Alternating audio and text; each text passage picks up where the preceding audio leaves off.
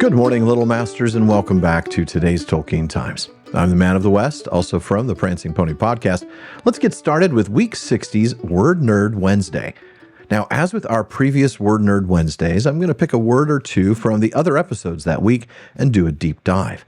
Today, I'm going to cover several words from our reading in Akadabeth on Silmarillion Saturdays, and we're going to start with the central peak of Numenor, the Menal Tarma. The Silmarillion tells us directly what it means. In the midst of the land was a mountain tall and steep, and it was named the Menal Tarma, the Pillar of Heaven, and upon it was a high place that was hallowed to Eru Ilúvatar. Then the appendix to the Silmarillion, which is called Elements in Quenya and Sindarin Names, explains that Menel means the heavens, as in Meneldil, lover of the heavens, and Menelmakar, swordsman of the sky, which is the Quenya name for the constellation that we know of as Orion. The second element of the name, Tarma, means pillar, and it seems to be most likely connected to the tar prefix, meaning high or lofty, that we often see, actually that we always see, as the prefix of the Quenya names of the kings and queens of Numenor. Now, to the west of the peak of the Menal Tarma, located on a bay in the Andustar, that's the west region of Numenor, lies what was originally the largest city on the island, Anduniae. Now, the name of this city, which is also the name of the bay on which it lies, is simply the word Andune, meaning sunset, with the abstract noun suffix ie, which is the I with the E. Now, because it is the word for sunset, Andune is often a poetic way of using the word west. In fact, in the Namarie, Galadriel's Lament, we see her call the uttermost west by the word Andune. And yes, that gives me an excuse to read a bit of Quenya, but just the two lines where it's mentioned. Yeni velinte yuldaravaniarmi ormarde lissamirvorva andune pella, which is translated, the years have passed like swift draughts of the sweet mead in lofty halls beyond the west. Andune pella, beyond the west. Now, Andune is cognate with Sindarin Anun, which we see in Heneth Anun, the window on the west. It comes from the root ndu, N-D-U, meaning sink or go down. And finally, we see the Quenya Andune appear in the name of the reforged sword Narsil, Anduril, Flame of the West. Now, as the shadow fell on Numenor, Anduniae lost its place as the larger city, while the capital of Armenelos grew in both population and importance. That name is also Quenya, and it means City of the Kings, or literally Noble Heaven City. It consists of the elements Ar or Ara, meaning noble or high. We see that all the time in Sindarin, where it has the exact same meaning in names like Aragorn, revered king, Arnor, royal land, or Arvedwi, last king. We just looked at the second element in the name of Armenelos, Menel, earlier with the Menal Tarma. It means the heavens. And then the third element is Os or Osto, and it means fortress, stronghold, strong place. We see that in Formenos, which means northern fortress, or the name of one of the kings of Gondor, Ostaher, city lord. Now finally, I want to take a look at the name of the tree that the Eldar brought to Numenor, and which grew in the king's court there in Armenelos. First, let's go back to that reading in Akadabeth from last week. And a seedling they brought of Celeborn, the white tree that grew in the midst of Eressëa, and that was in its turn a seedling of Galathilion, the tree of Tuna, the image of Telperion that Yavanna gave to the Eldar in the Blessed Realm. And the tree grew and blossomed in the courts of the king in Armenelos. Nimloth it was named, and flowered in the evening, and the shadows of night it filled with its fragrance. So we'll start with the last one first, and that's Nimloth, the white tree of Numenor. Interestingly, unlike so many other place names in Numenor, virtually all of them, this one is a Sindarin name and not a Quenya name.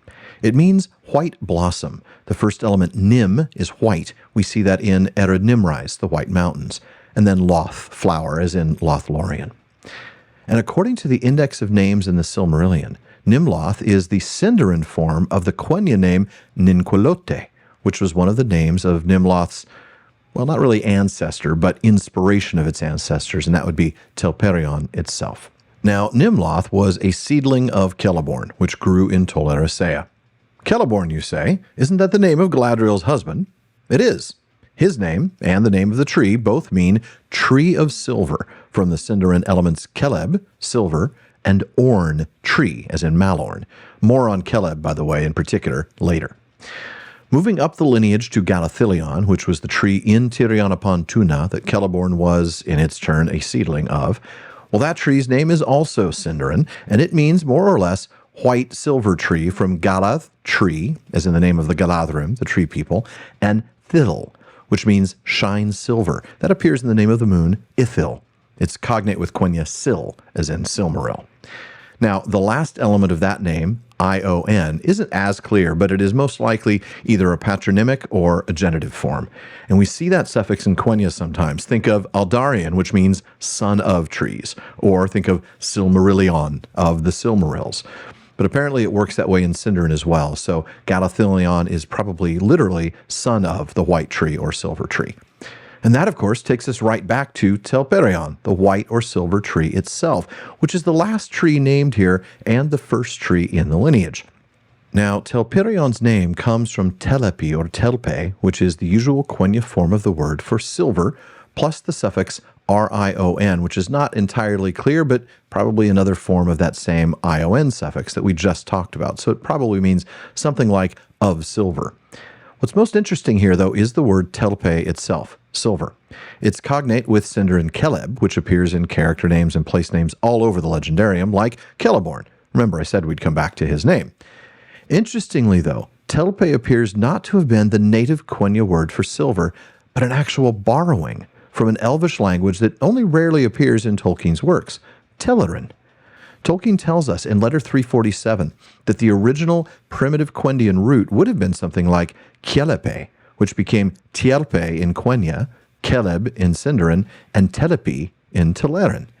Tolkien says, though Tielpe remained in Quenya, Telpe became the most usual form among the elves of Valinor because the Teleri in their lands, to the north of the Noldor, found a great wealth of silver and became the chief silversmiths among the Eldar. So the Quenya-speaking Vanyar and Noldor appear to have borrowed the word back from the Teleri because the Teleri were the local experts on silver. So presumably whenever the elves were talking about silver or trading silver, the Teleri were likely involved. And this resulted in the Telerin loanword replacing the native Quenya word for the same concept, because that concept was so closely associated with the Teleri. And folks, that is it for today's Word Nerd Wednesday. Come back next week as we wander the wide, wild, wonderful world of words weekly on Wednesdays. And if there's a word you want to know more about, please let me know by emailing barliman@theprancingponypodcast.com. Please visit patreon.com/Tolkien Times to learn how you can support the show, get an ad-free feed, a monthly hangout with me, a bonus weekly episode, and more. And then join me again tomorrow on today's Tolkien Times for Third Age Thursday. If you're watching this on YouTube, please like and subscribe. Please follow or subscribe in your podcast apps, and follow @Tolkien Times on all your social media. Finally, as Faramir says, go with the goodwill of all good men.